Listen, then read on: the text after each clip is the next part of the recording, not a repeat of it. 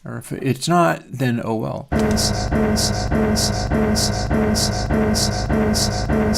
Sharper. This time from this side.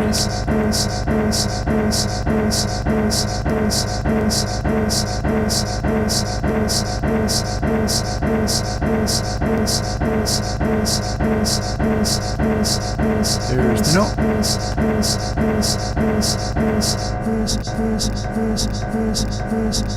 A lot of these want to be sharper.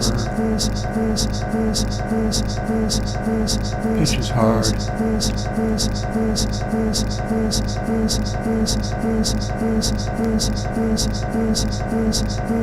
It's too sharp.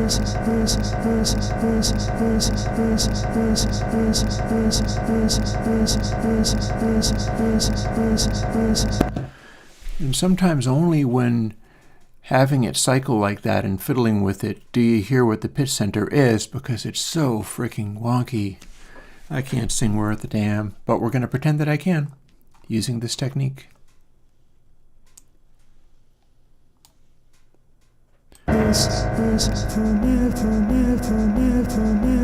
Flat. Which direction does it come from? This direction.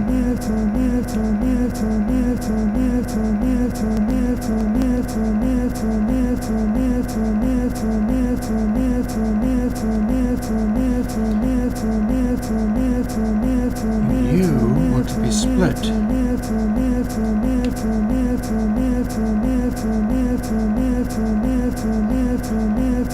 Get really granular with this stuff.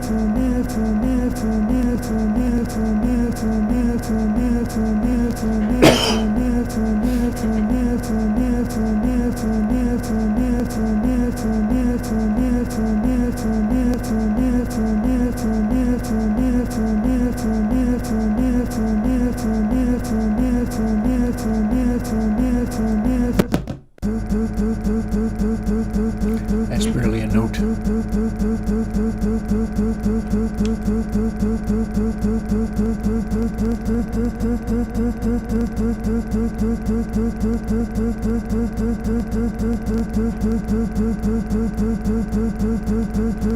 That's as close as we're gonna get. That's not even a note.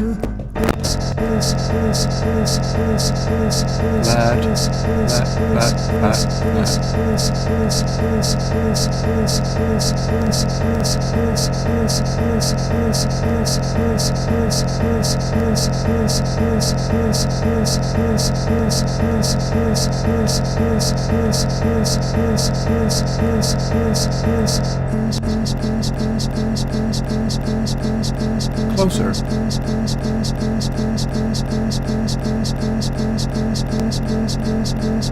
Oh. Yeah, it was a bit sharp. It was a bit sharp. You wanted to become flatter. 0.02 flatter.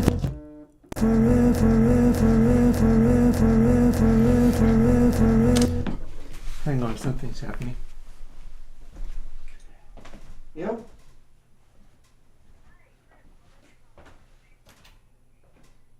Hi, I'm all right. What's going on?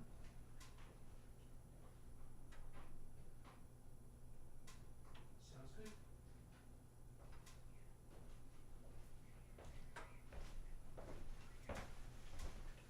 good. Let me fire up. I'm going to fire up my calendar on live stream. I am broadcasting a television show on the internet, believe it or not. As we speak? Yeah, say hello to the people. Oh, hello to the people. And now I got to deal with this. So let's see. I have nothing especially fancy on my calendar that can't be seen, but I am going to scooch it off screen a little bit. So, burner cleaning. Sounds fair. What have you got in mind? Like immediately? So I do have some time. I have time this Friday. I could do that. 28th. You got it. Now, at this time, I have one scheduled till first thing. No. I would love to come to you first thing Friday morning if that works. What time would that be? I would say between 7:30 and 8, providing we don't have any emergency, no heat call. Alrighty, well, I'll call that 7:30, and that's fine with me. Fantastic. I appreciate your time, and I look forward to Friday morning. Alrighty. For you too. Bye-bye. The people from the heating company crashing my stream. Love when that happens. Let's get back to it. It's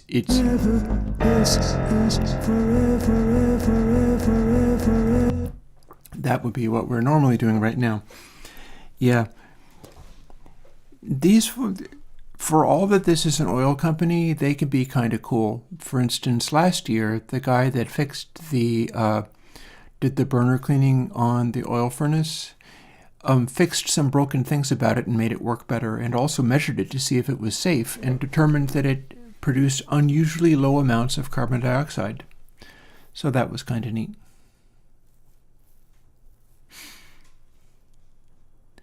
Anyways, back to the grind.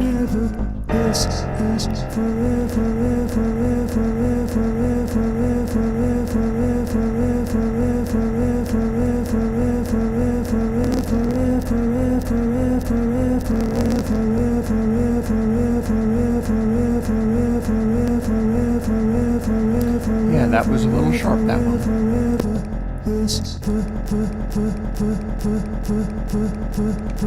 Fa, fa, fa.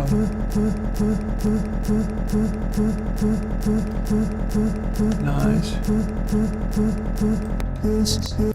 There's a reason I normally don't like getting interrupted by things like that, but I knew that was the fuel company. I figured they had a good reason.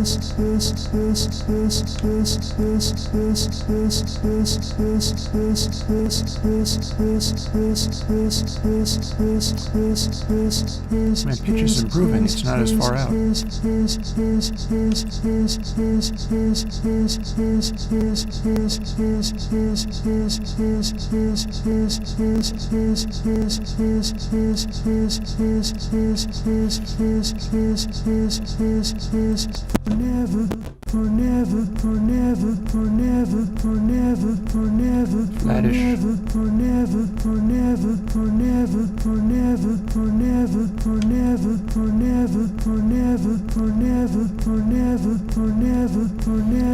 That said, we can get granular here. What's this?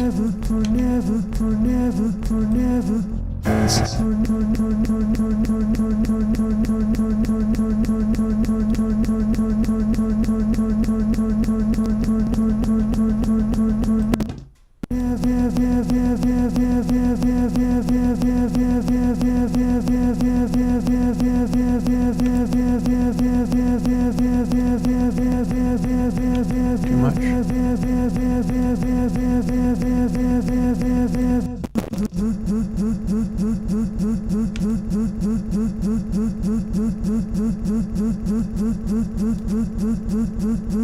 Oh, too much. It's too sharp.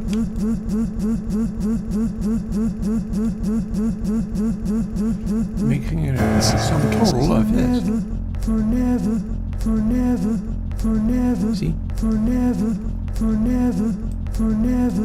Oh, that didn't do it.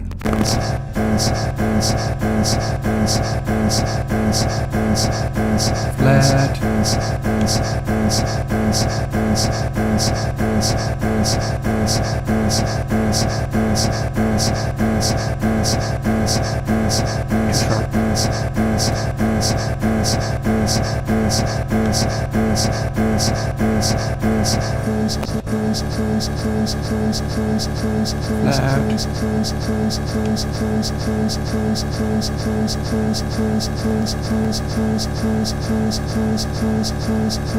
There's the note.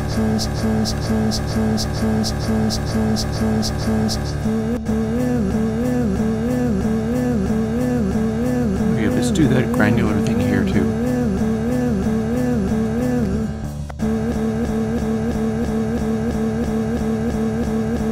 You were sharp.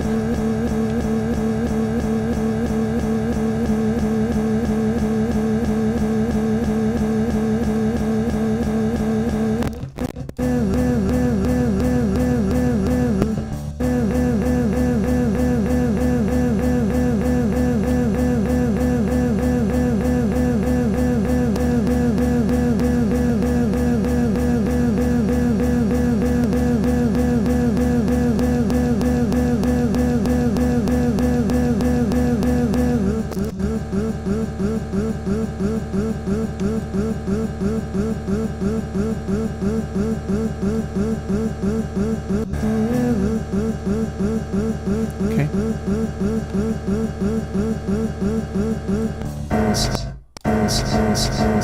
Flat. Oh, super flat.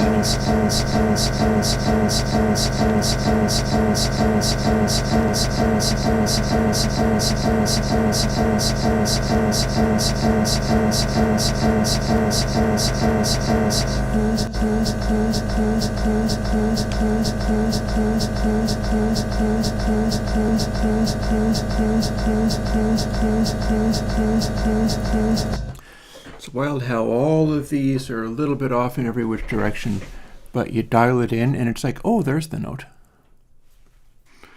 Speaking of super warm, I feel like it's definitely not super warm in here.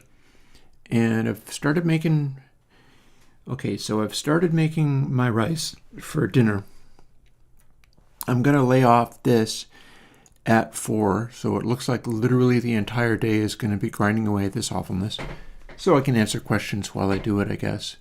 Sennheiser mic for my YouTube videos, which model? I don't know if it says so on the mic.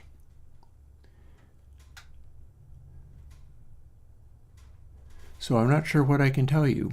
Maybe I can look it up. Would you really like to... You know what? Nah, never mind. There is a Sennheiser mic on my videos, yes. Silly bugger.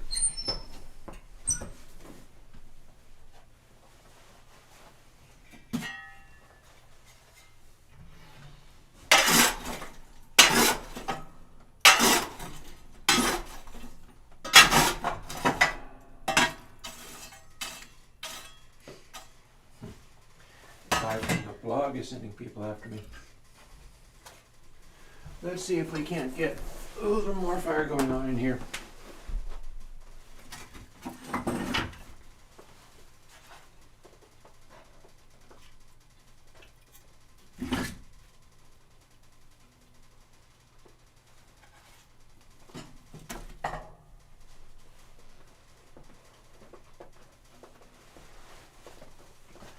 Alrighty, so yep. Let's see if we can get these logs to catch on fire, shall we?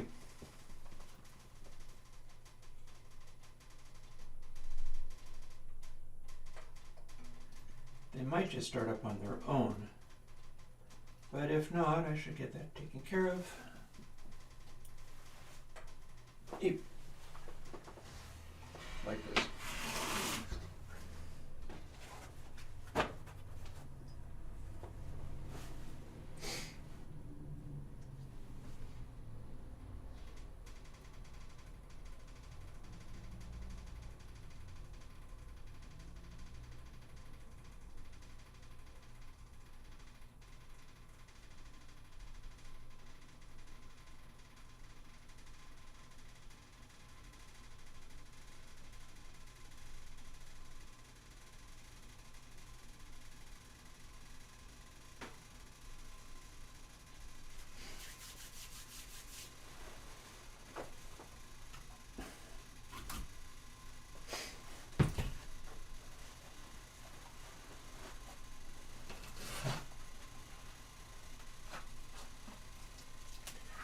See whether I can split this piece of wood.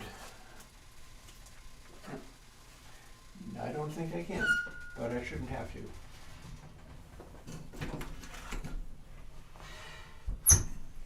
That ought to work just fine.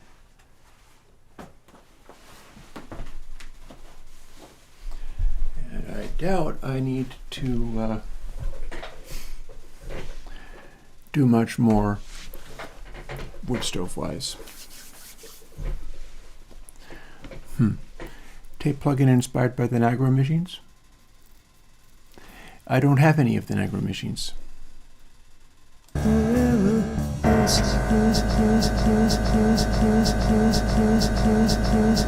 could be sharper.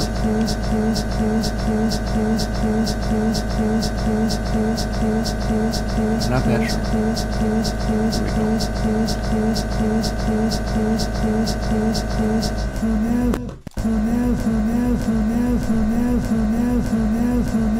See, this continues to be where I want to split it up and do each of these little bits individually. Let's give that a shot.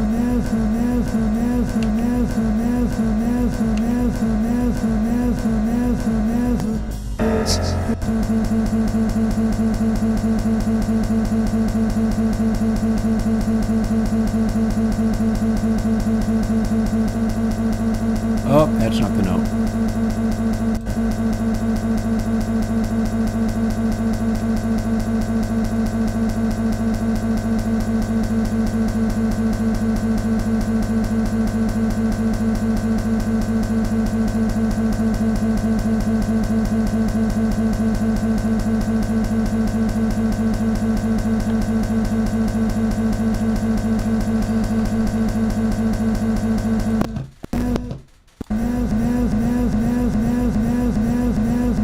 That sounds terrible, but can I find a note in there, I wonder?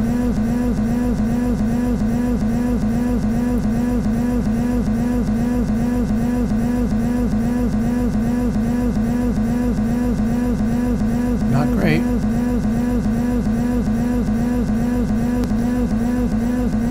Ooh, I think it's sharp.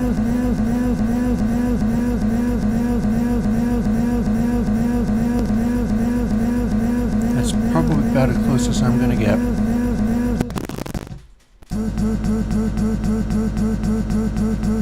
And that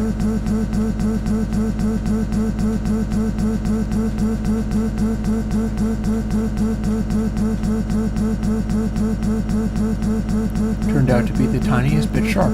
So there you go.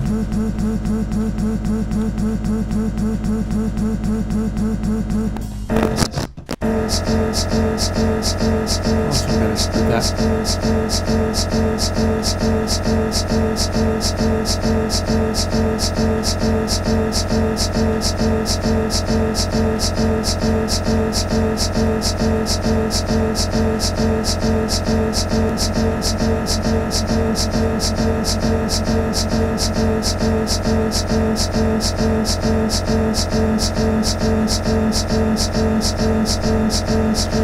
It's wild how when it's really close, you can't tell whether it's sharp or flat until you find it. Then you know.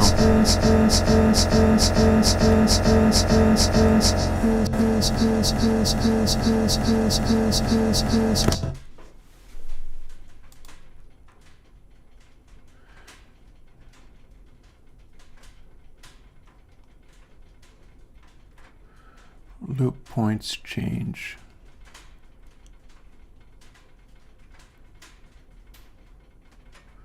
I'm currently looking up some of the things about loop points. That's the question.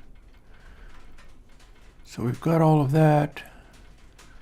Let's look in that action list.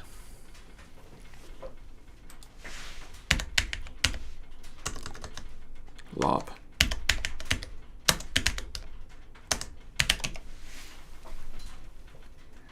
And see whether we have a jump forward to the next little selection and toggle the loop points linked to whatever is going on there. We do not seem to have that. We've got option menu stuff though.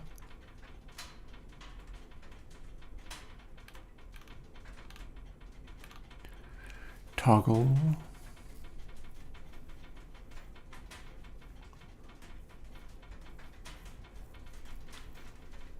Yeah, there's a bunch of stuff in here. No question about that.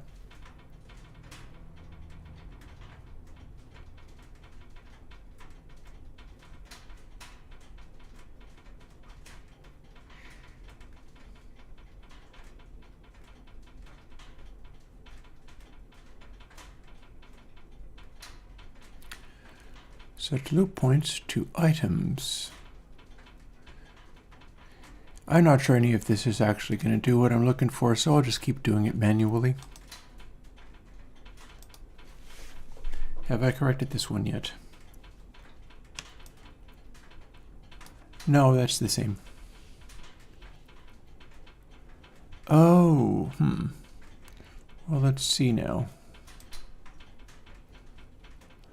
I probably have this in the menu somewhere.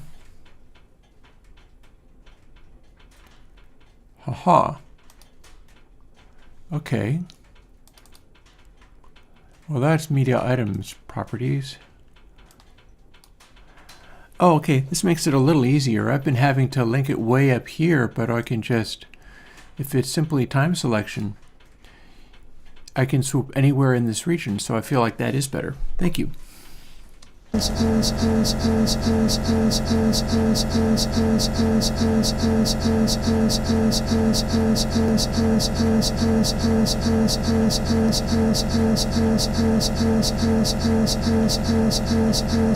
enough for rock and roll.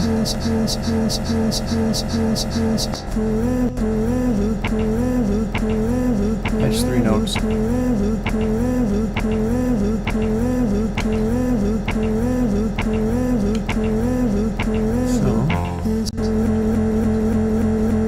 He seems to be happier about it. Well, let's give it a try, alright? Cal bless, thank you so much. That seems to work.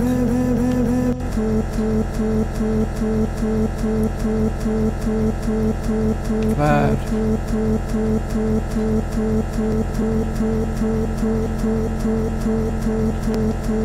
Although I now have to deselect all of those things. Let's go back to trying to fix that.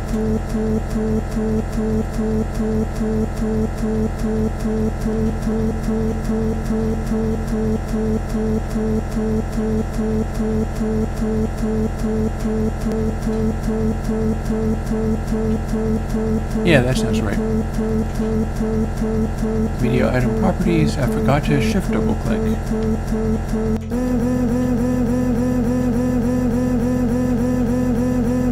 That sounds sharp to me. I think it's sharp.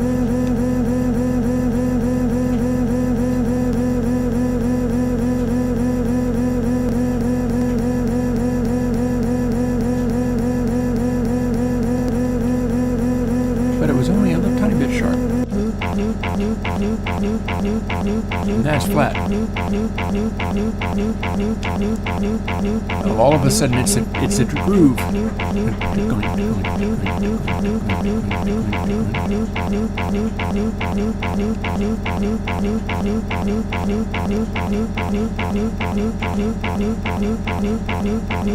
And that's about as sharp as I can make that.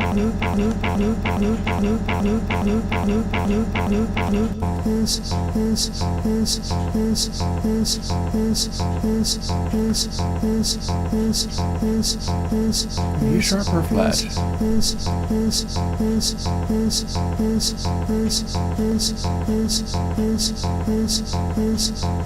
It was flat. I mean, it was sharp.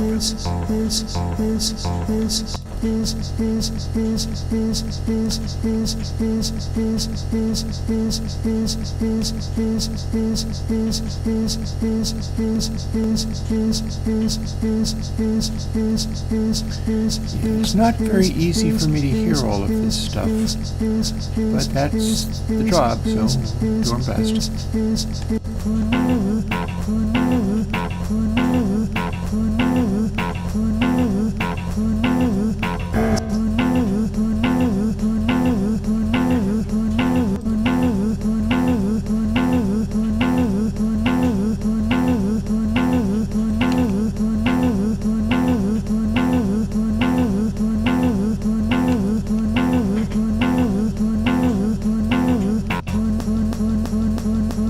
Flat.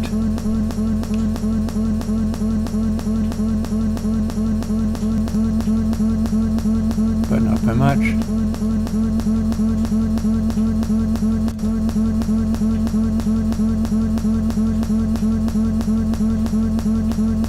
Come on. That's the way.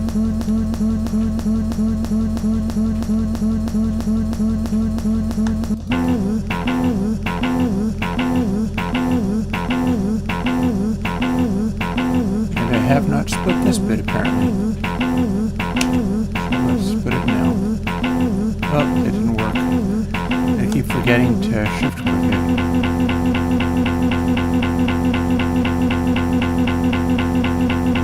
Does that need to be sharp or flat?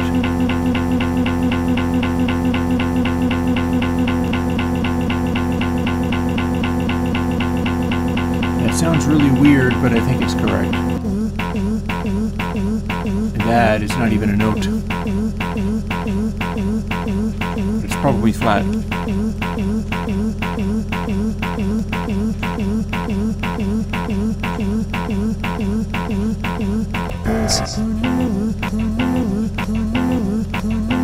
So pretty wonky, but what the hey.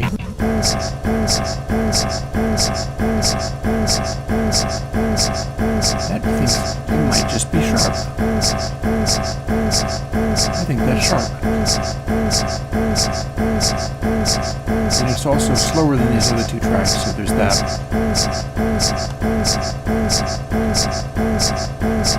And we don't want the shift, we want the option. Thank you.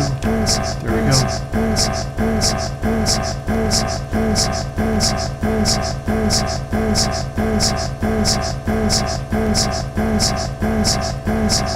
There, it's closer.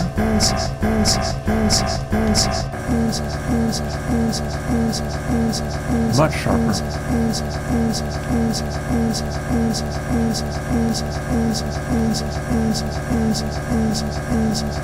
Yeah, see how sharp that was? That was like half a semitone.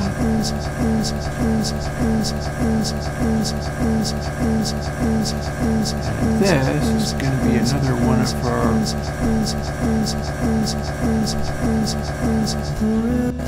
3 notes in there. And all the notes are wrong.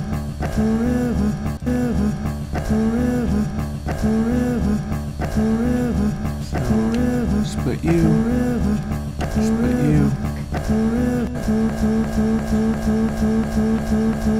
You're too sharp.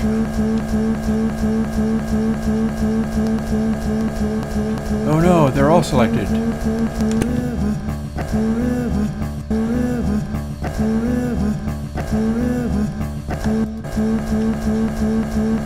Now, hopefully, only the one is selected.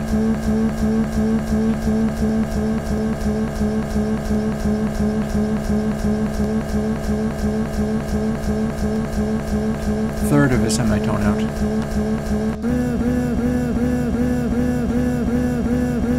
That feels sharp.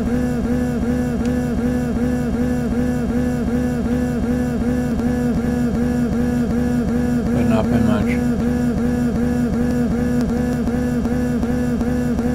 It's just wandering across the note like a drunken singer. And that's flat as all hell.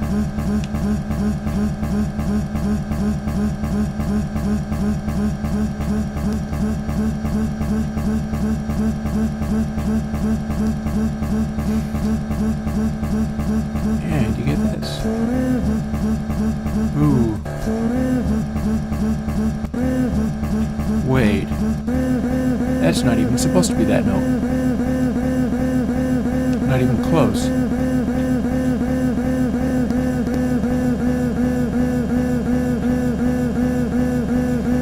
Okay, so something goofy was happening there.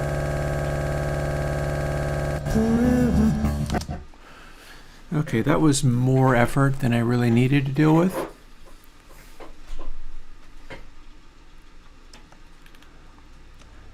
And how close are we? We've got about halfway on the first track. Buckle in.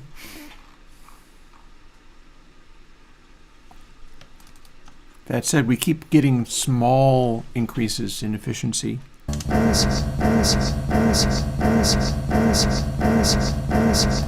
sounds sharp to me. It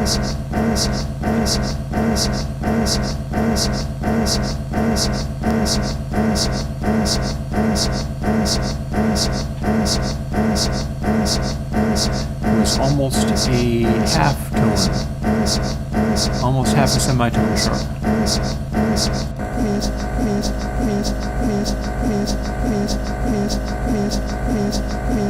Let's make you sharp. Oh wait, what's going on? This shouldn't be doing that. That's no good.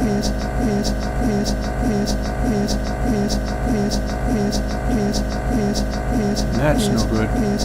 I think maybe what I need to do in order to manipulate this arrange window is you click on the thing, and then you double click on the thing. I think maybe that's what it needs to do.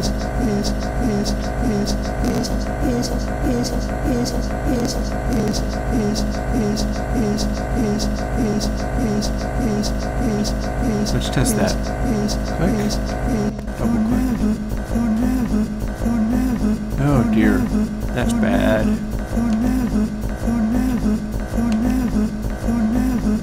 Click, then.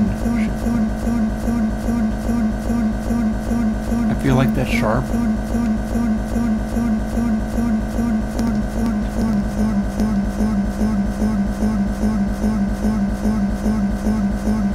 Wild. Try this. Very sharp. So let's drag that.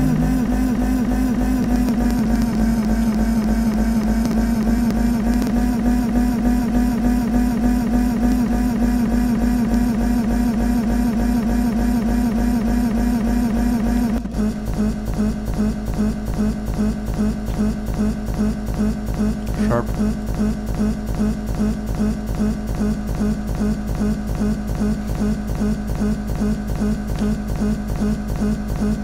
And click, then shift.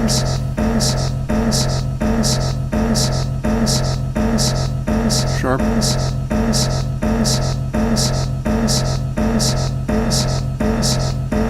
There it is. Click, then double click. Very sharp.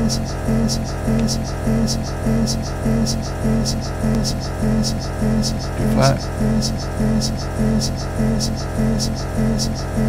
Click, then double click.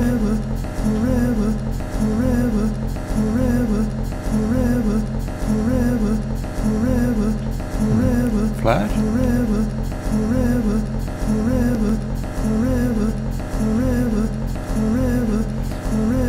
We could try to fix the middle.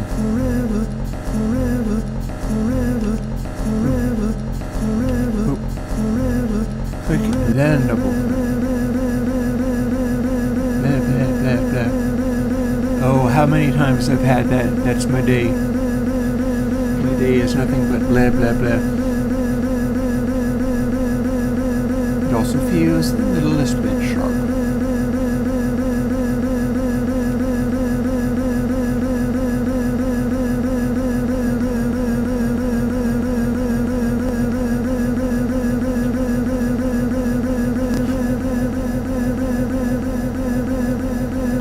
Flat.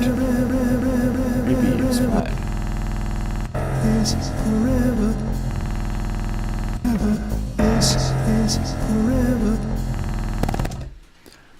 So that's a goofy little thing. Hey, Jonathan.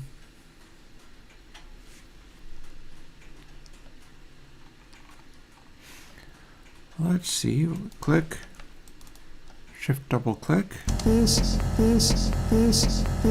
sharp. Definitely sharp. By a semitone.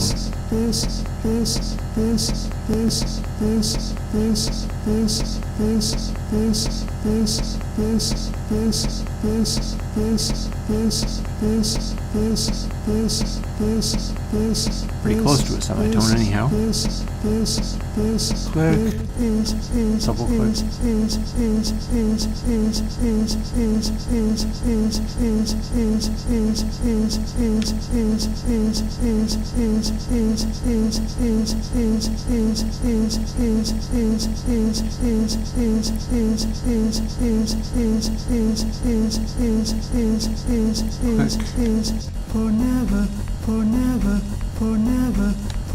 Yeah, I gotta split all these into three.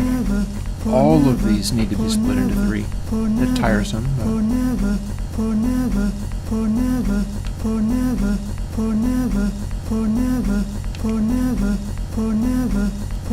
Click and double click. That one sounds fine. Maybe I can tweak it just a tiny little bit.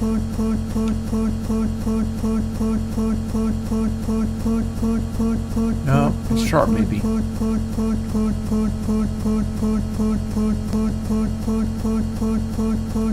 Yeah, it's sharp.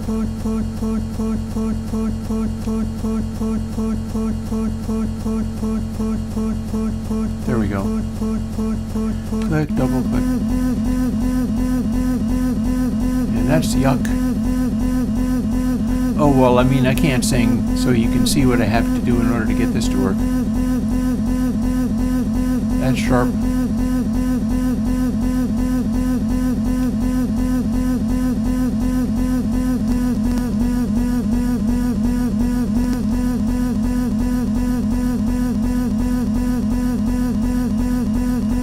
Double click.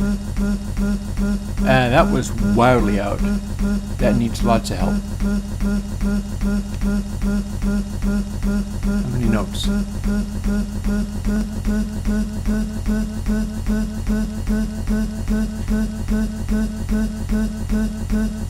One of the few ones that was more than a semitone out.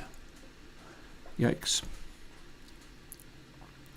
And what have we got here?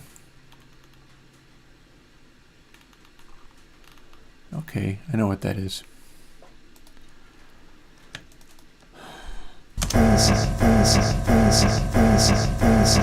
That feels on the flat side.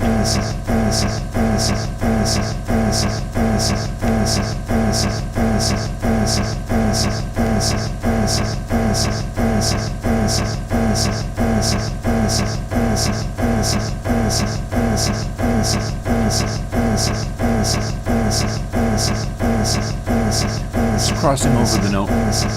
Whatever.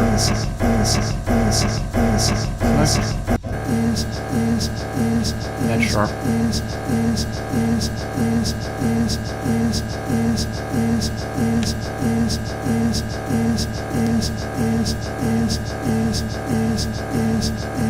There it is. Here's the note. And here we have more of our favorite multiple notes.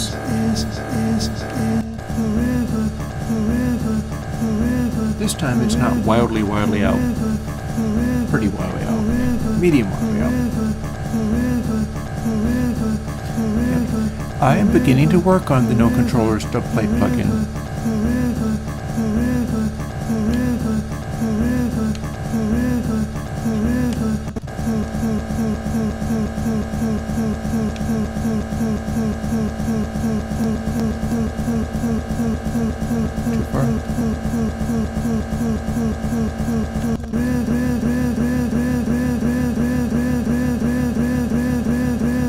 Sharp.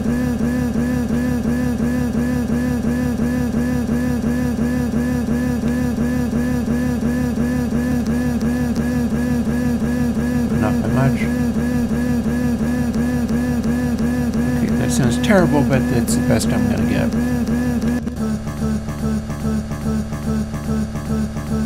Flat.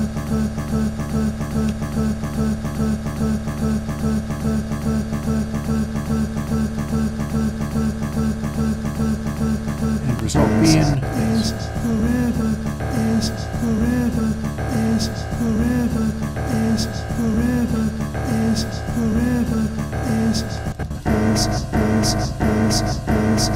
Flat.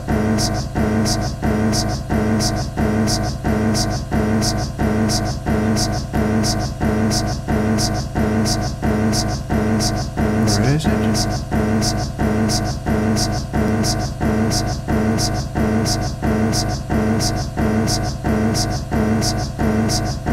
A little hard to tell over that piano note. Flat.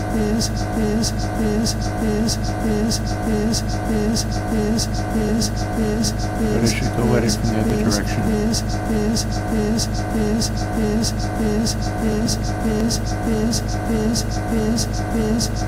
That's where the note needs to be. And another one of these triple note guys.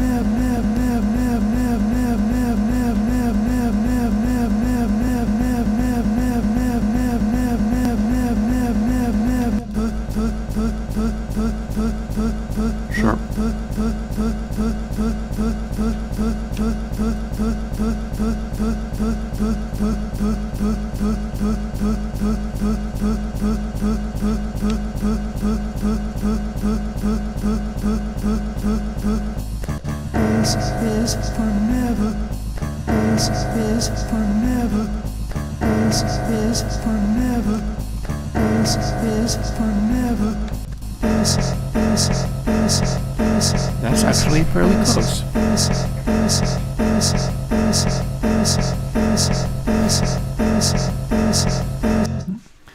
Interesting thing, Jonathan, is that a UK guy sent me his original track and a take of the dub plate that was made from it.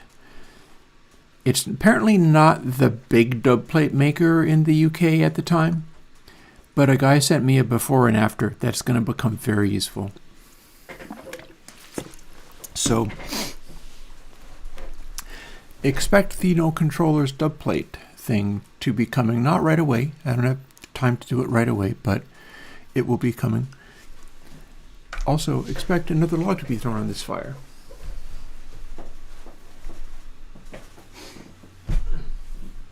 Since I can.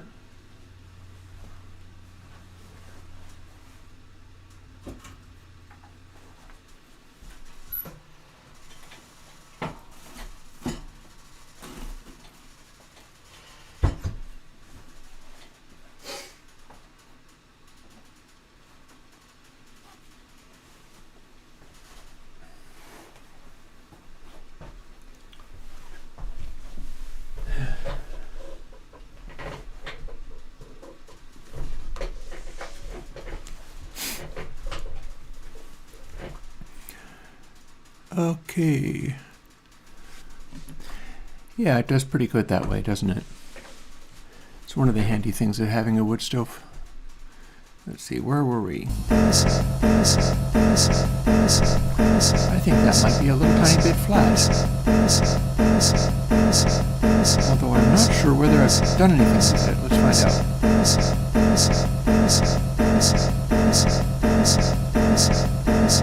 It's better.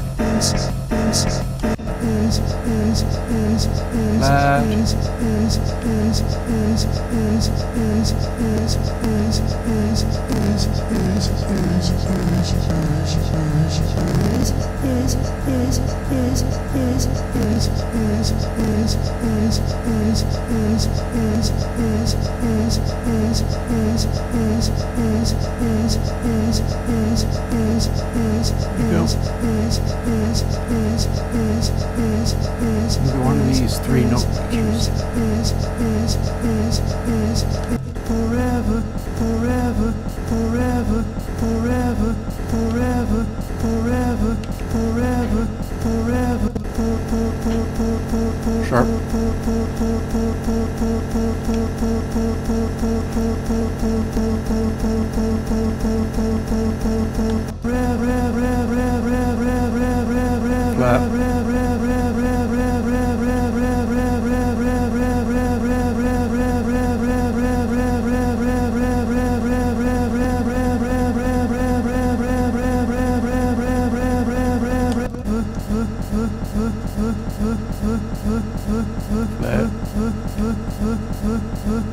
is it? Is that sharp?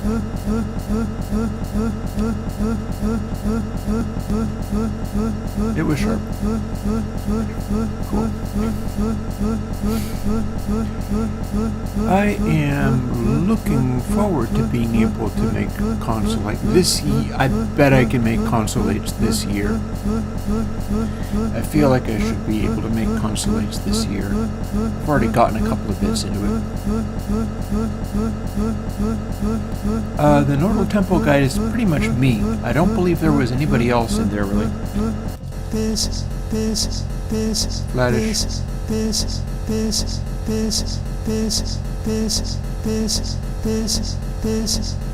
But not by much. Sharpish, but not by much.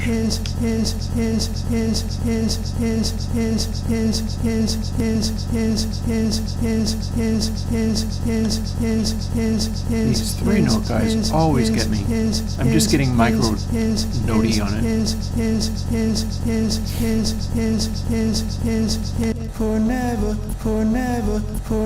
The whole thing sounds flat. Maybe I can do the whole thing this way.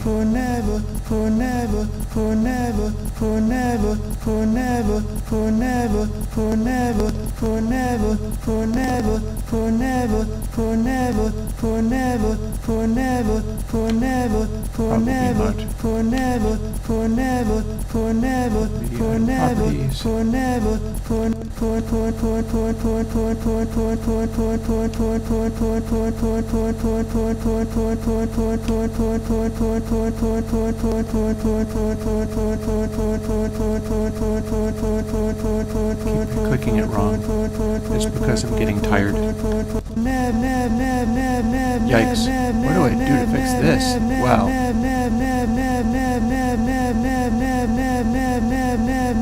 It's drifting over a note, but it's going sharp too.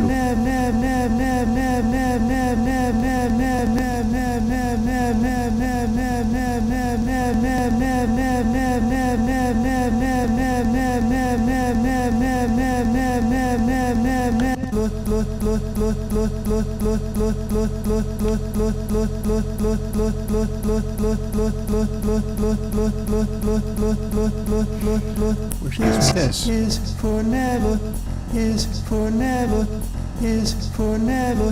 So that's not very good, but it's probably as good as I can get. Yeah, there have been people who worked on this stuff by increasing or augmenting it in some way.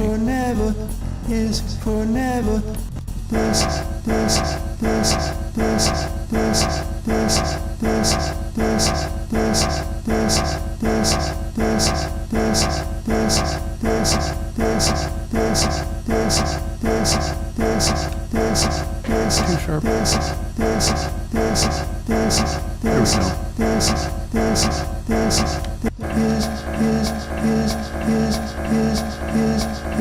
Flat.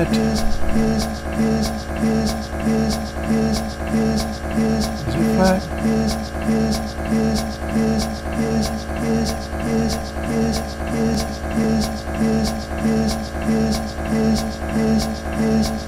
No, it was a tiny bit sharp.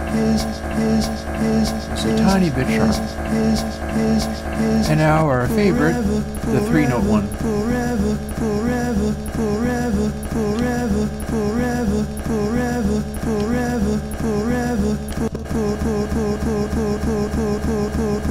Flat.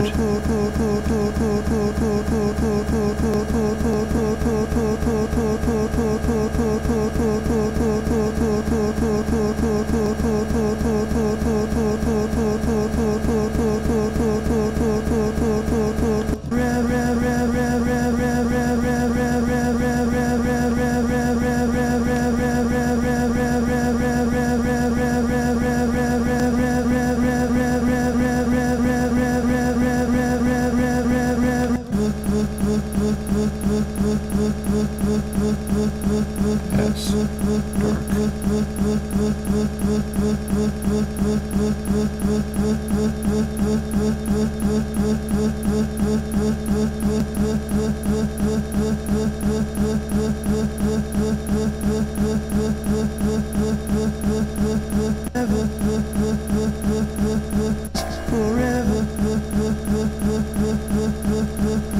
you.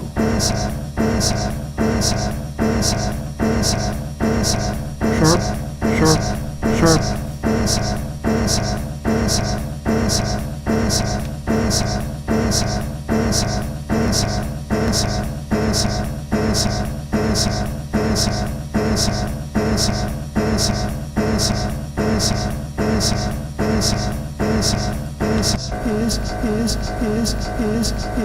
Both sharp and flat at the same time, but it feels sharpish.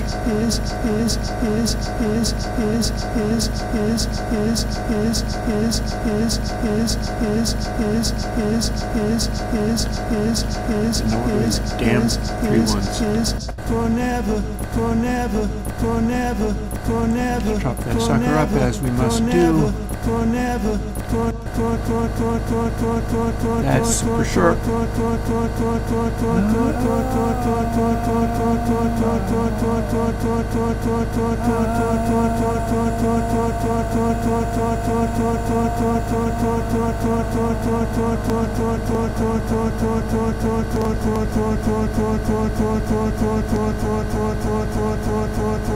Wow, more than a semitone off.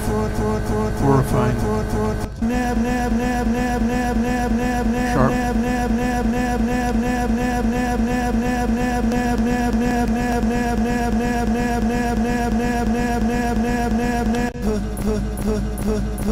Relatively close. Maybe a little bit flat.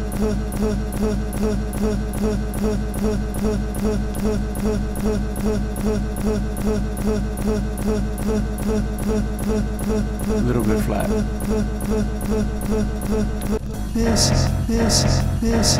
Super off.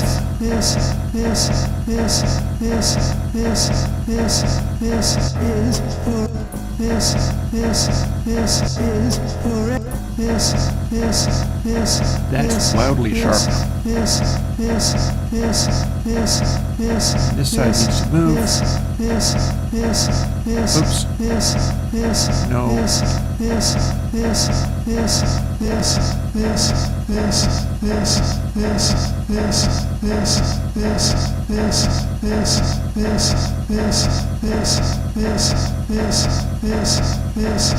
Semitone out.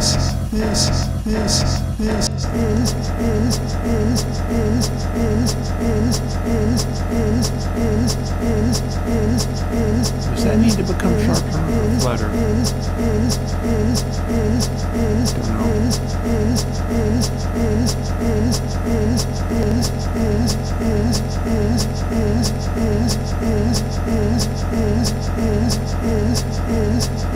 It was a tiny bit sharp, that's what it was.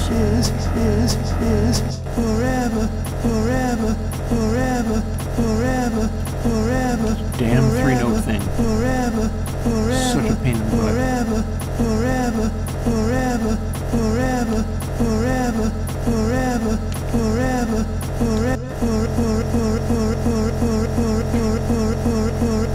Feels sharp.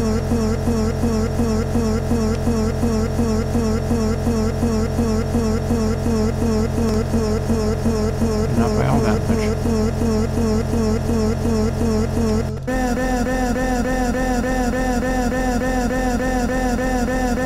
Feels sharp.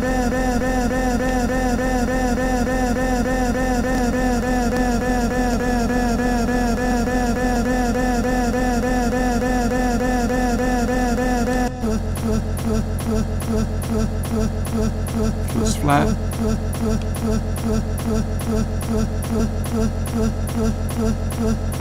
Not that.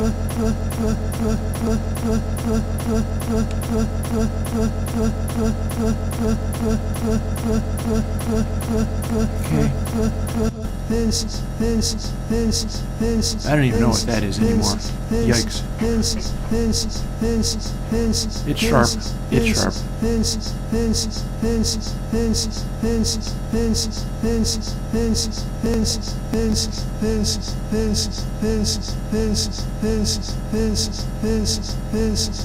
That's what the note was supposed to be.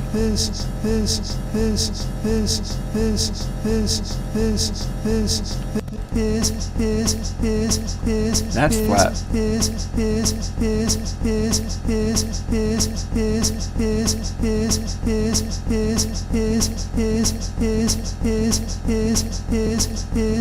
Just a bit. And there's another one of these damn 3-note ones.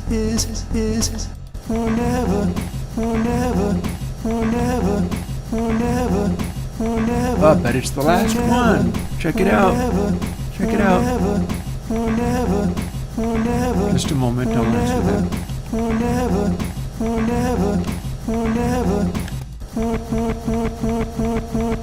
Sharp.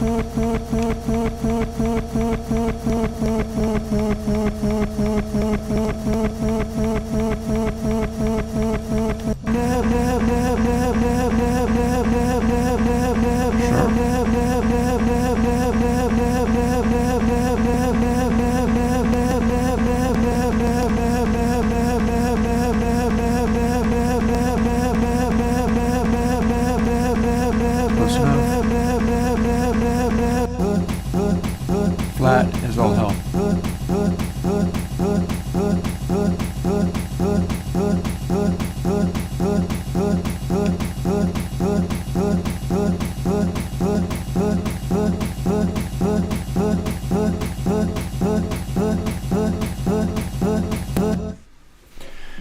Hey, 2 to go in intro. Exactly, Calculus, exactly.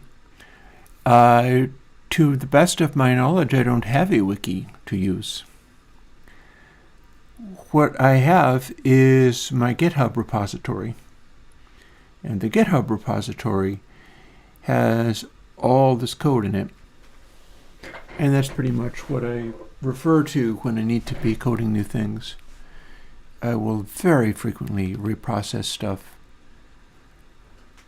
Meanwhile, if we were continuing to do this, we would be having this. Somewhere a rose fills my thought. And that's a whole bunch of effort, because so many of those little notes need to be tweaked in little ways. But what we've got from this is forever. This is for never. This is this long build-up. This is for never. This is forever. This is for never. And that's a lot of notes that are mostly correct. This is for never. This is forever. This is for never. This is forever. This is for never. This is forever. And then we've got this one. This is forever. This is forever. This is forever. This is forever. This is forever. This is forever. Yeah, that's just one high note there. When it goes this, it hits a low note, but then it does a high note for the rest of the way. Oh, no, it's actually the same note.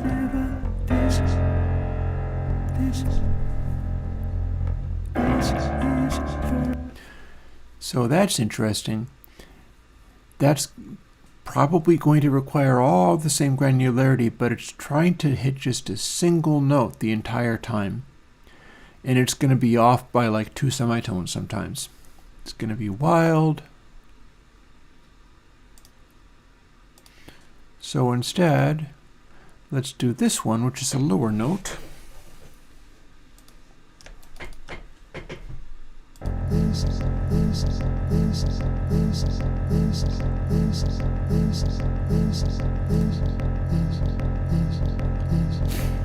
And if we do it just right, see, it sounds kind of okay, but then when we fix it, because listening to it all by itself, we can tell that's not the right note. It needs to be higher.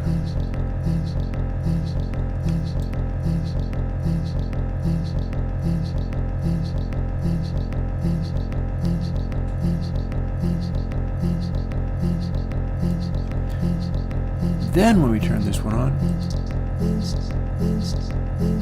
it's a nice little resonance.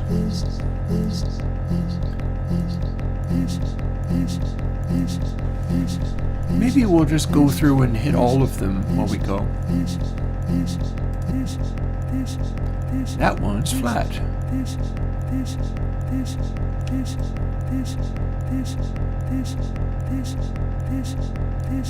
And when you have all of them, it's a nice little note.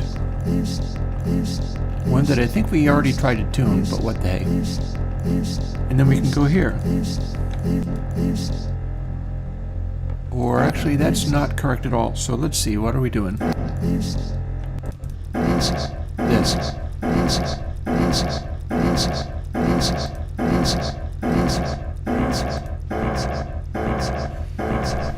So that's the initial note. Let's go and fix the other ones while we're at it.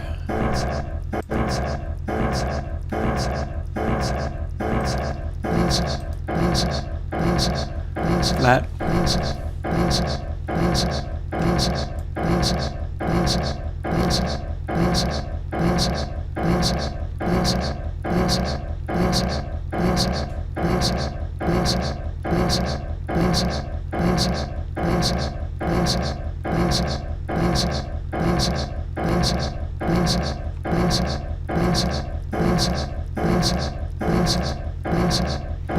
And you.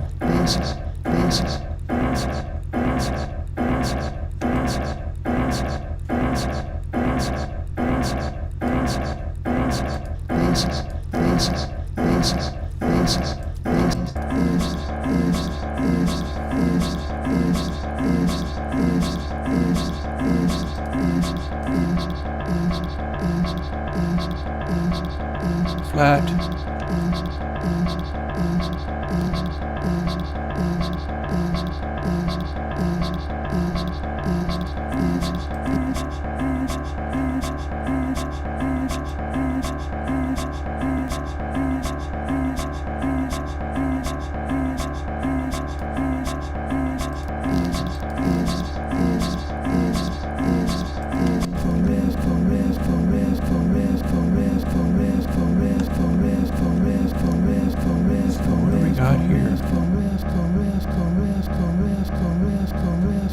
It's supposed to be forev, not korev. And that feels flat to me. But we have to hold down this button instead.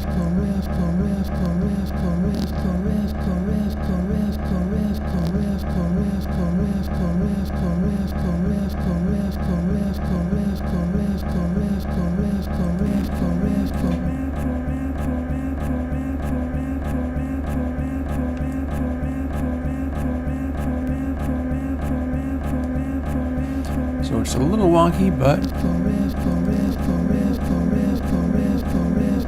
it kind of works.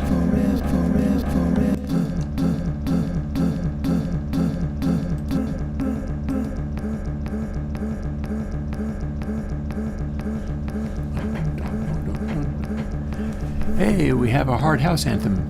Boom, boom, boom, boom.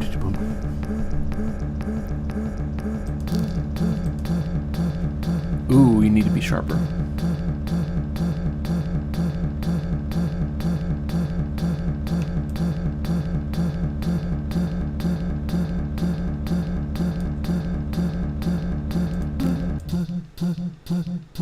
Oops.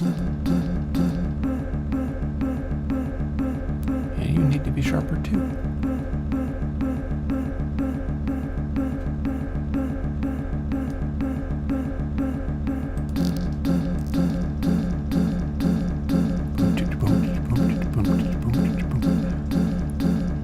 All in good fun. This is moving slightly faster now that I've done some of the head work.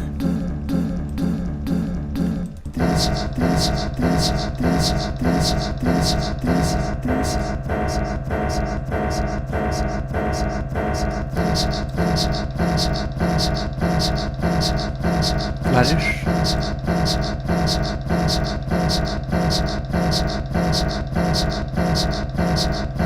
But not by much.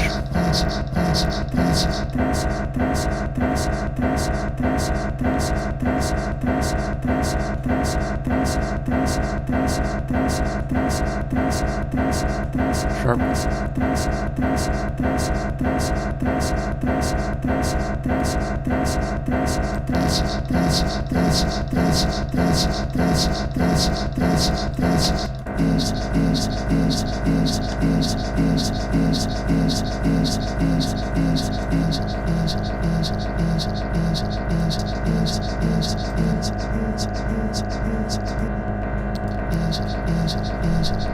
Flat, quite flat. And soon, so we're going to speed it.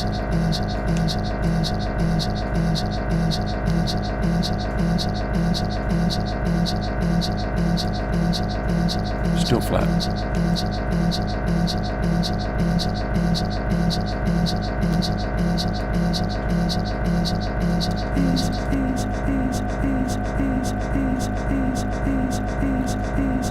Guitines, he says.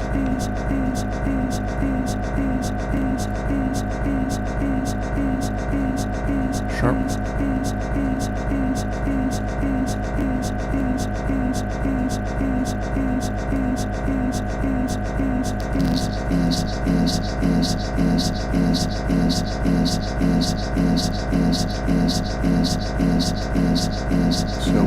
So we need to bust this all up, or is it going to be okay? Let's see if we can get away with not subdividing everything so hardcore.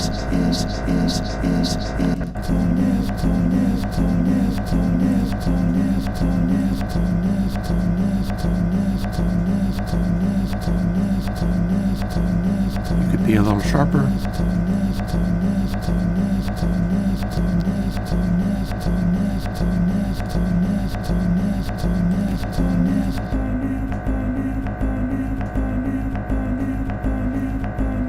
Is that sharp or flat?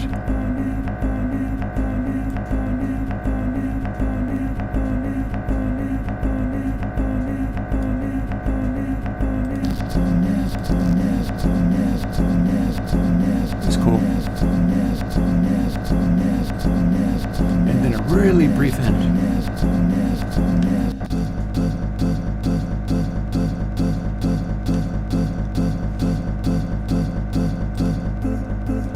Here's our high note. You're flat.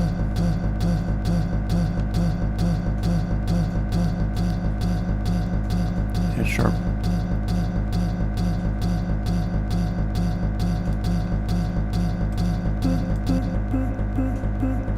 You're flat.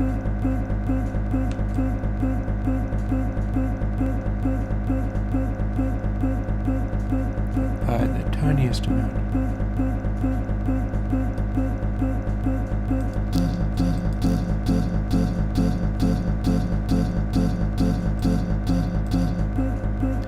Is that even flat? Maybe it was sharp.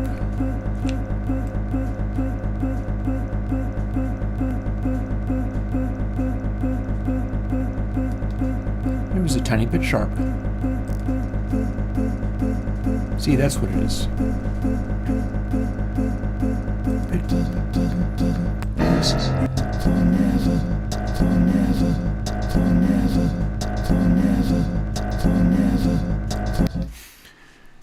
And when you get them all working together, even though they're still wonky and very human and all glitched out and weird, I'll show you a bit of the initial as I get to this final bit.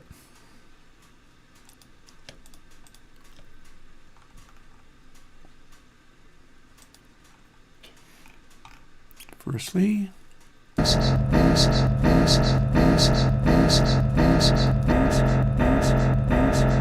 flat.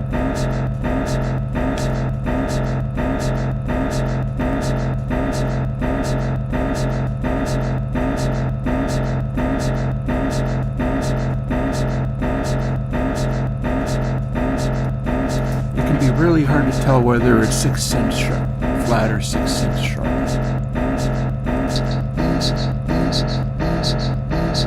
But that's clearly flat. And we need to take it from this angle.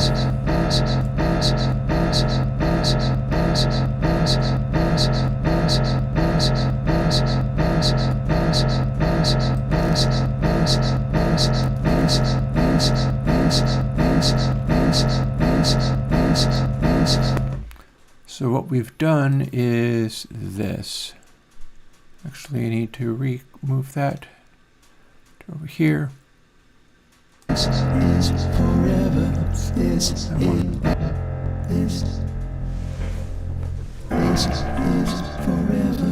This is forever. This. And that didn't get all that far. This is But that's both the harmonies in pink, or alternately, I believe the color is intended to be magenta. No, don't open. Instead, do this. Thank you. And have we already adjusted this one? Sure have. But not this one.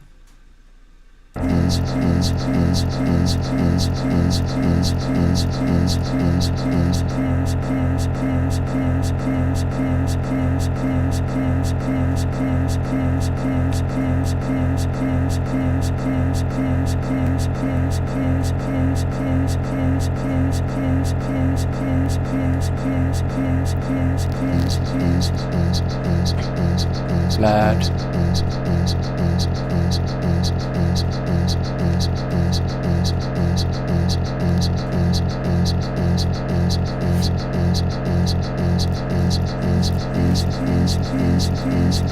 And it's a nice little tuned chord of a sort. So let's have a look at where chat is going, especially now that a certain commenter left. Or probably left, maybe didn't leave. I suppose we'll find out. Console MC, even though, yeah, the thing is you don't always want a neutral sound necessarily.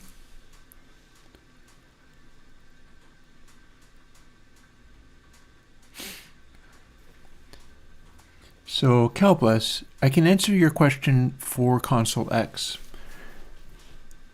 The reason that ConsoleX channel has a compressor / noise gate and stuff is because it's meant to work like the dynamics processing on an SSL console, except for Airwindowized. The reason ConsoleX bus has the same controls is because if you're not using them, they don't do anything. But if you are using them, you can set up a control surface, like mine, to also be able to manipulate all the same things on the bus channel. So you don't need to use the parametric or necessarily compression. Maybe you do like using bus compression, but you don't have to be using all of those things on, together. You can have things differently. And bus compression is quite normal, and channel compression is also normal. But if you do double compressors in series, that multiplies, doesn't just add them. And this is important. So the thing about stacking up compressors like that, and specifically compressors in series, do that. Compressors in series multiply the amount of compression rather than just adding them.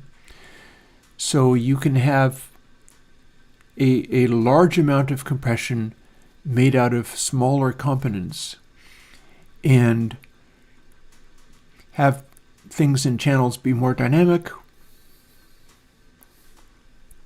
or have the bus be a little bit more dynamic. But if you're applying like yay much and you apply it in the two different places, you can apply about a quarter as much of compression in each space because they're being multiplied rather than just summed. And it's a fairly common thing.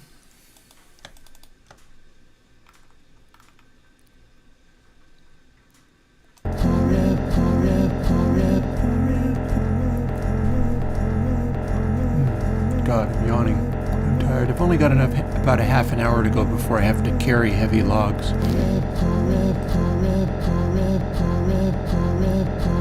That's flat. But not by a lot.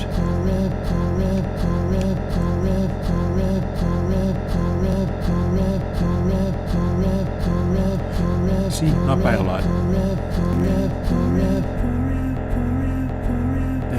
white flap. It's going meow.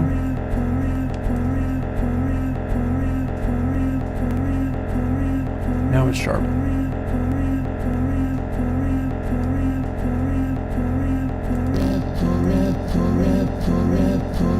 And then when they combine, it's nice.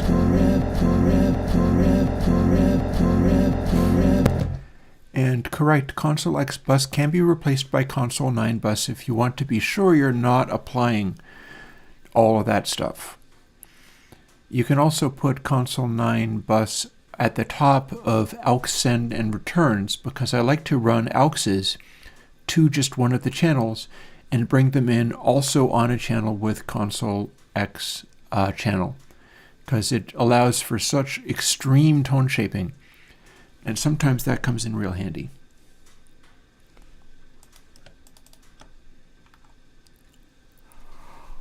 Oh.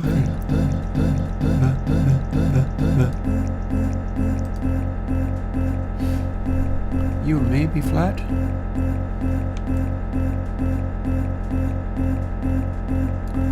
That's better. You're very flat.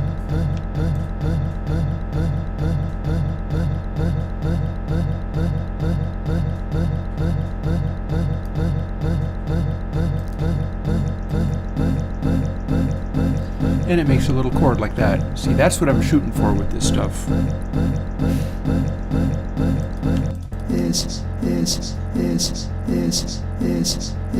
And we've got some corrections to do here, boy howdy. That needs to be bright, higher. And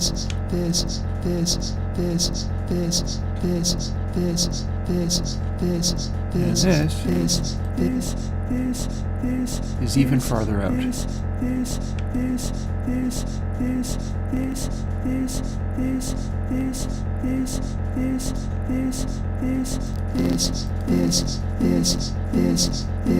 And now it's nice. Or close enough to being nice, anyway.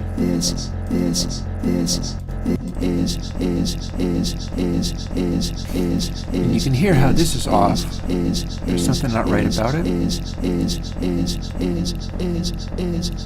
And that's because that's super flat. So it needs to be sharper.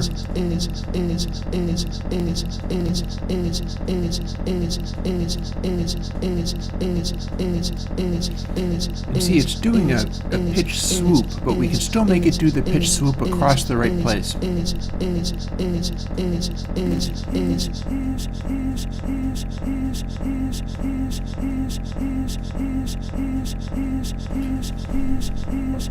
Should I make this a two-parter?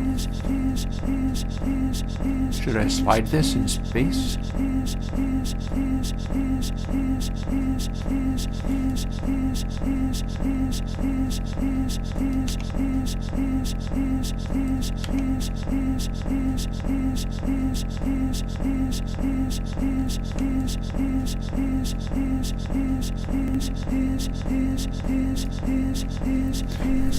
The beginning was too sharp and the end was too flat, so I moved them in opposite directions and here we are. Still a little bit wonky, but now we have this. Except for now that I check this, that's doing the same damn thing.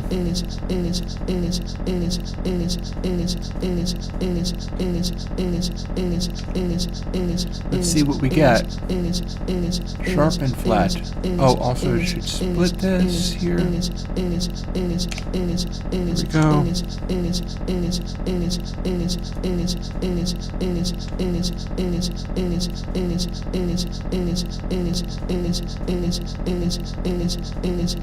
See? Sharp and flat. There's a little glitch in the middle, but you can't really hear it that much. And now it sounds like it was sung correctly. That was fairly quick, all things considered, compared to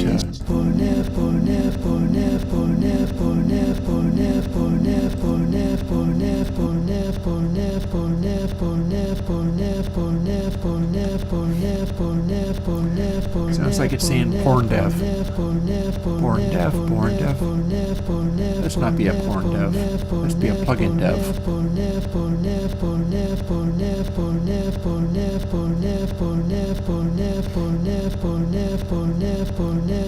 Also, screw this.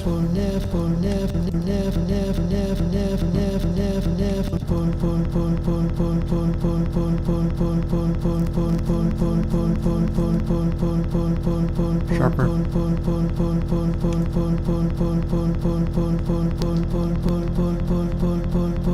Like that.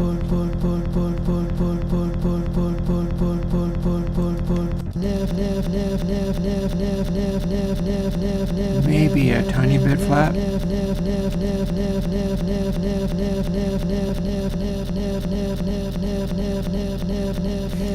And now let's see where this one's at.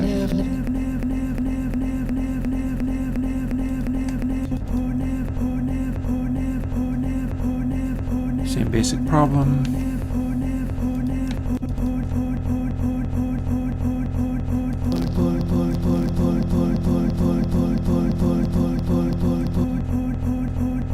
Flat.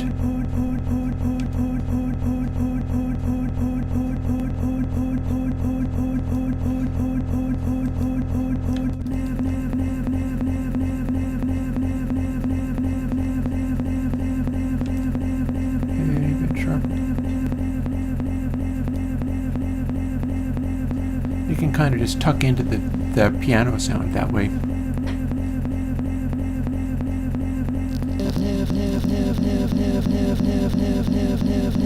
It's an interesting chord we're hitting there. Say that.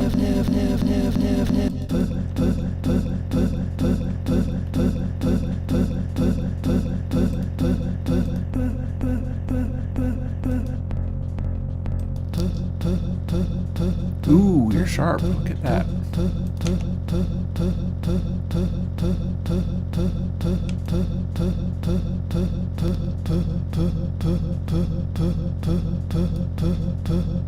Still sharp.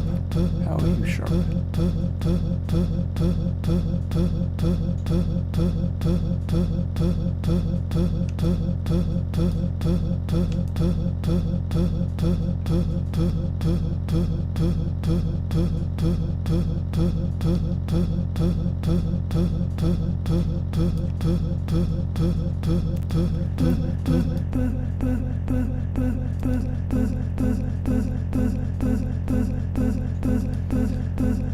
You are hitting too early and also maybe a little flat.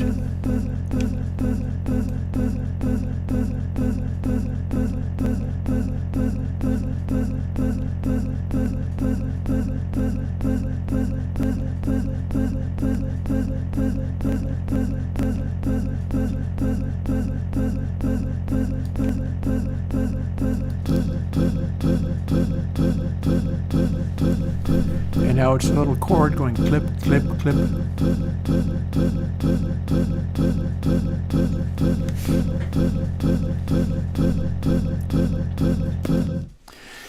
Yeah, what Calbless is talking about is that psytrance people work on this level all the time, but to the point of taking like individual kicks and things and lining up the transients in a special way to make sure that the first instant of the kick transient is like in phase on both the syn bass and the kick and so on. They're very unusual sounds in psytrance, but that is absolutely what people do, except for that they wouldn't be doing it quite like this because I'm playing kind of fast and loose with the onsets of these things. None of it's actually lined up. You can see that that's not lined up. But when you play it,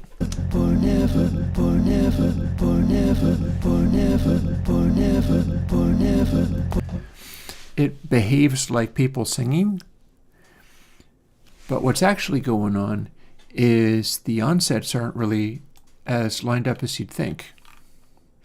And we have another little example of what we've got so far. This is forever. This is forever. This is forever. This is forever. Oh, and that's as far as we got. It stops there. So we only got a couple of those, and there's how much more? Can't tell because we're starting from here. So we have got about a quarter of the way through. Yes, that's not very far.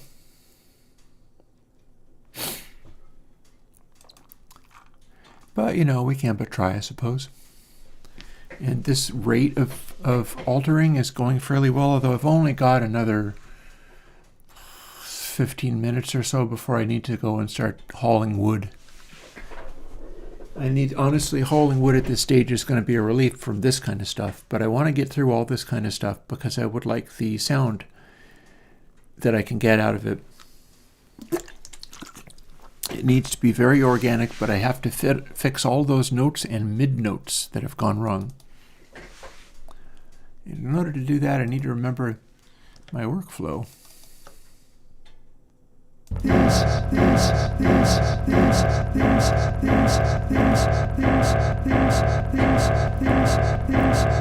goes kind of like this.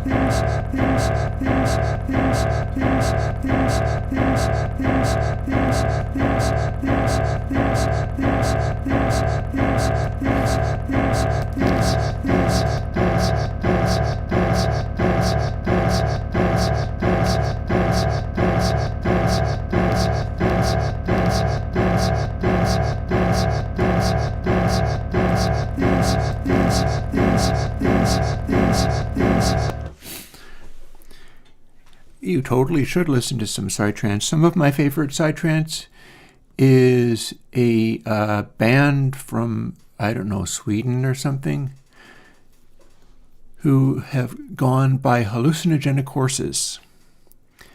It's not all that terribly horse-related, but there is a video up somewhere. I think it's a 4K YouTube video, but it pushes the limits of 4K, which is hallucinogenic horses as background to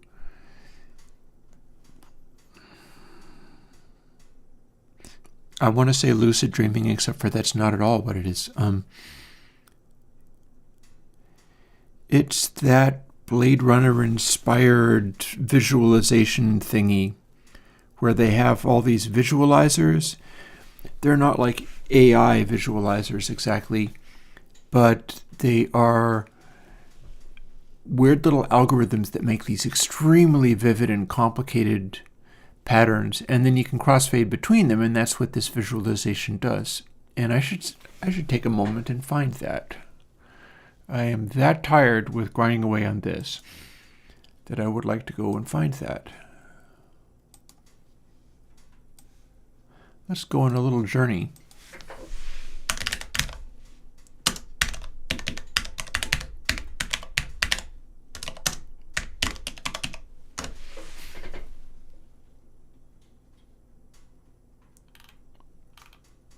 Electric Sheep, that's the one. So yeah, this is psytrance.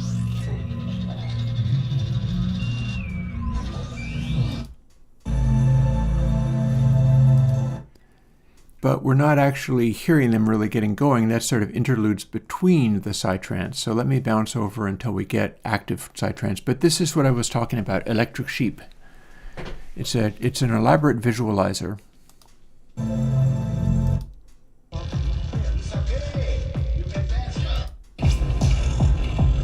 This is psytrance.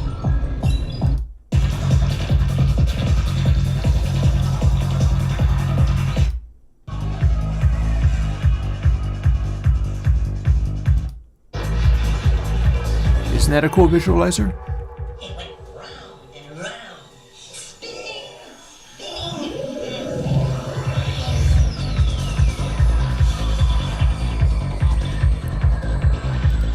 It's a fun kind of music. So yeah, YouTube video is called this, Electric Sheep in HD, Hallucinogenic Horses. I never discovered this back when I did acid, which was like up more than 30 years ago. Probably more than 40 years ago by now, because I didn't when I ended up getting clean, it wasn't that I was going on a giant acid binge. I just got wore down by all of that. But I would have loved this kind of thing back in those days. Hallucinogenic Horses is a sort of wilder, more, I would say, organic, even though it's totally not, version of that kind of thing than Infected Mushroom. But they have some of the same things, like those psytrance kicks are amazing. They're just the pointiest things, and they are so tightly controlled. And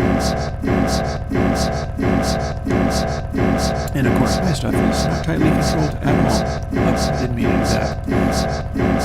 One click, 2 shift clicks.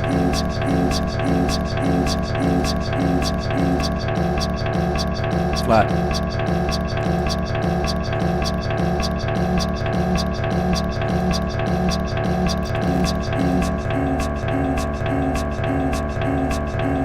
That goes sharp and flat, doesn't it?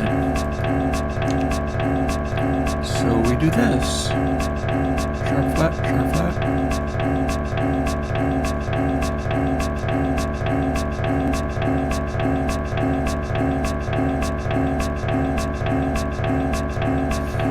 And it makes the 2 notes into 1 note.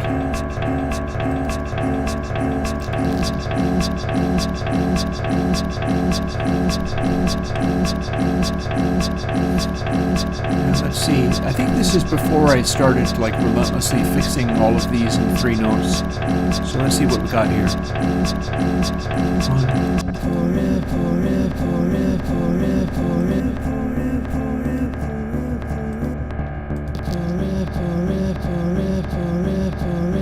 Ooh, 2 different notes here. Split. And that's flat.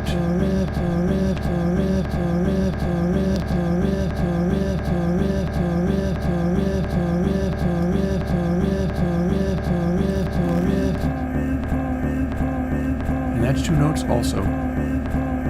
Flat and sharp this time.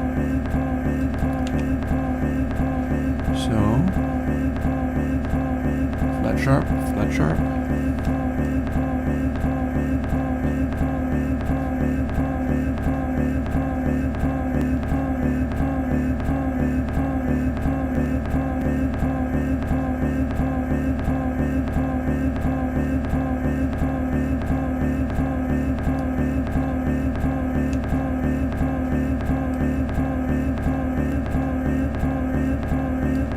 Am I even in the ballpark?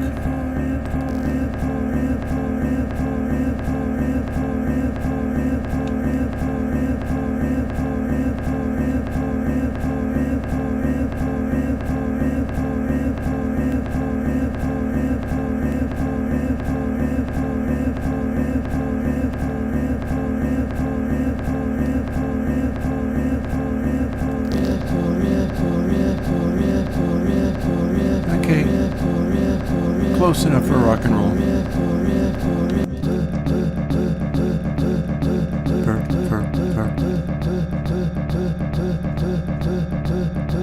And that's actually sharp, I think.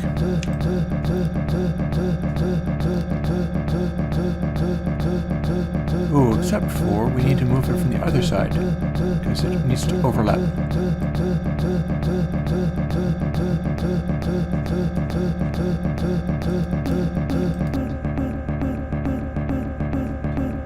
That's flat, I think.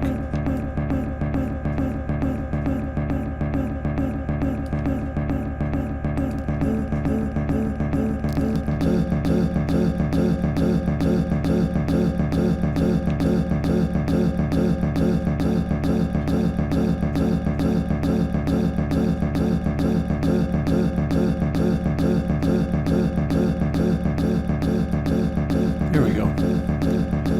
There we go. Kind of, Grens, kind of. I've been doing a fair bit of question answering, because this is the Wednesday check-in. And I'm cutting off early because I have to stop in about 9 minutes or so and go and carry a bunch of heavy firewood before it's too cold. And it would be mixing, except for that this is a elaborate and lengthy pitch correction using my new pitch correction technique. So it turns out that in order to make this work, I have this interminable, it's like vocal comping, only worse. But the end result can be kind of neat. So we start with stuff like this, where it's an entire little bit. I've only gotten about a quarter of the way in, but I've got the entire lead vocal section, which is in white, and it's, I think, the middle voice is already tuned, but I'm now doing these two pink ones, the two magenta ones. It goes like this, because I can loop it like that.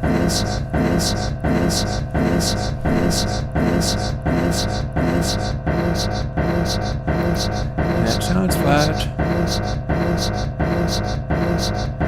And since it is not, it's slightly soon, we will slow it.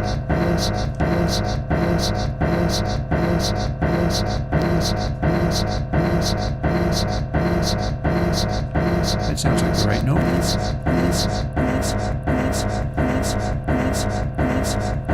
And that sounds flat.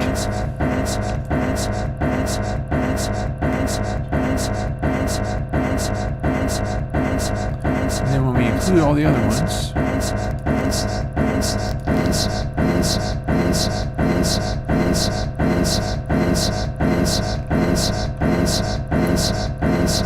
then when we have the whole thing, this is forever, this is for never, this is forever, this is for never, this is forever, this is forever, this is, and without it you got this. Is for never, this is forever, this is for never, this is forever, this is for never. So we got a lot of this to do. But then when I tune all the little clips properly, we get this. This is forever, this is for never, this is forever. Oh yeah, fair enough. This is for never, this is forever, this is. So if I do that right, in this incredibly tiresome and cumbersome way, what I can get to is something that acts like it is tuned, but doesn't sound like it's tuned. Okay, got there. That's a save. And that's really my dream for where to take this kind of stuff. I'd like to do more songs in future once I'm finished with these ones. May or may not be so heavily loaded with like repetitive singing parts, but I mean, if I can fix them and make them be actually good, then why not? And they're not using retune, and they're not using auto-tune, and they're not using like Melodyne or any of that stuff, but we're still fixing all the bits as needed. For instance, here's the very beginning. This is forever, this is for never, this is forever, this is for never, this is forever, this is for never, this is forever, this is for. And that's as far as I've got. Maybe that'll do for today. I'm starting to run out of steam. Maybe I don't know whether I can mark how far I've got. I do not have time to get all the way up to where this enters. So presumably I'll just kind of hope that I remember where I'm at. So I've got all this to do. I did this first section in the top vocal. I'm following it through in the other vocals, and then I've also got the lead vocals. Rose fills my thought in the garden of you. Go without fear to the. And all that's kind of okay-ish sounding because it's heavily comped. But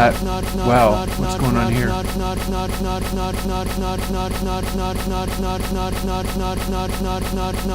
needs to become a little sharper. And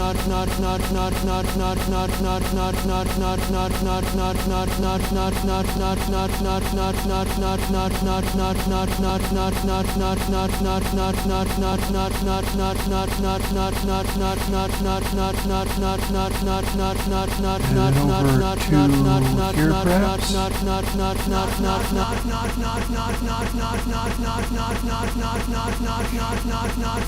that.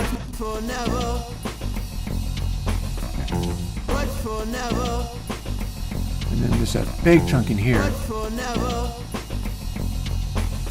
So let's split it some more.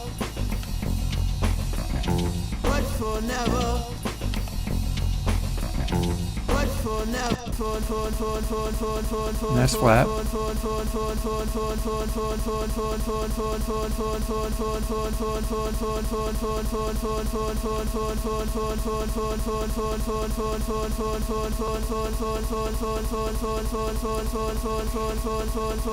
And then this one is soon, and it's also a little flat.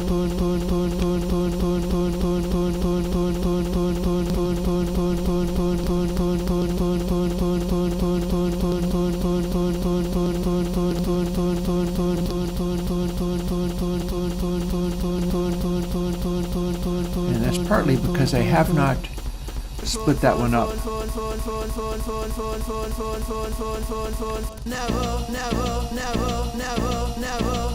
It's two notes. So we'll split that too.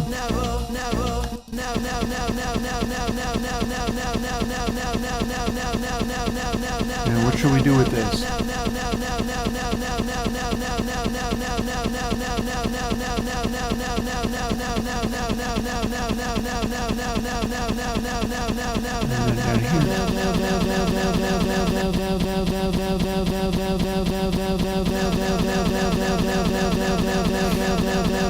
down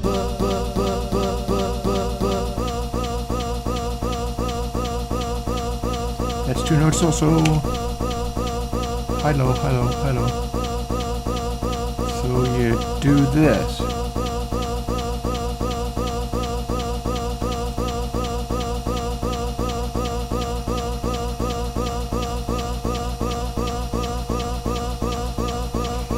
And then they become closer to each other. But we haven't really edited the bottom one much at all.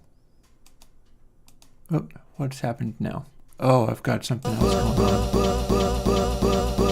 Oh, that's the master bus, that's what. Sing it not forever. Sing it not forever. So let's fix this one now, and then I'll be done for the day. And let's see, what have we got? Sing it not forever. Sing it not forever. Flat. Forever, forever, forever, forever. Except for it goes sharp. So first of all, split there, split there, split there. What are all these little notes supposed to be? You can find out. That's not so far off.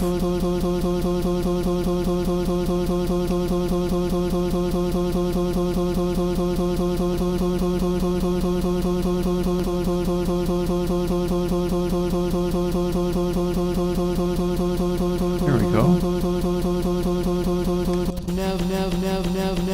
That's wildly off. That's flat.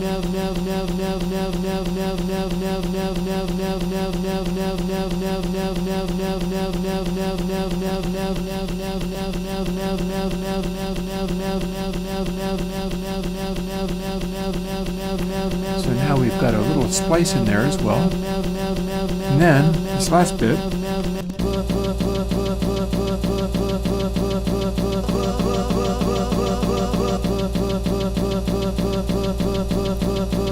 feels like maybe it can go sharper.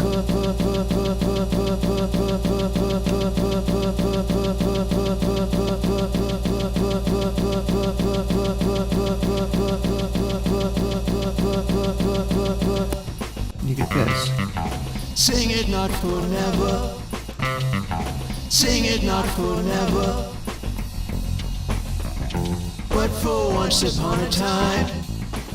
So the difference is the first one were tuned, and then the second one are not. Sing it not for never. But for once upon a time. So we get a much crisper delivery of the notes in question. Sing it not for never. Sing it not for never. Like, it sounds like the notes are being hit correctly, except for they're really not. And they sound organic, except for they're kind of hitting the notes. And that is pretty much what that became. And again, our very beginning works more like this. And it's now time for me to make dinner and carry firewood. Yeah, all day tuning vocals and only getting this far. And this is past where we got.